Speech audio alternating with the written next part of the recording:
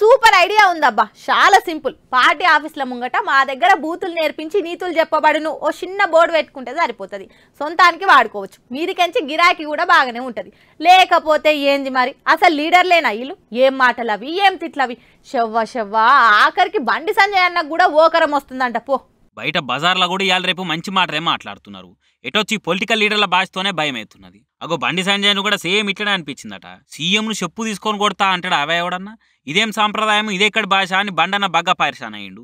ఏం బండన్న ఇదో చెప్తా అంటే బీఆర్ఎస్ లకు చెప్పు జరా. ముఖ్యమంత్రి స్థాయిలో ఉన్నటువంటి ఒక వ్యక్తిని బీఆర్ఎస్ పార్టీ నాయకుడు చెప్పుతో కొడతా అనడము ఇది ఇంతకంటే సిగ్గుచేటి కూడా కాదు.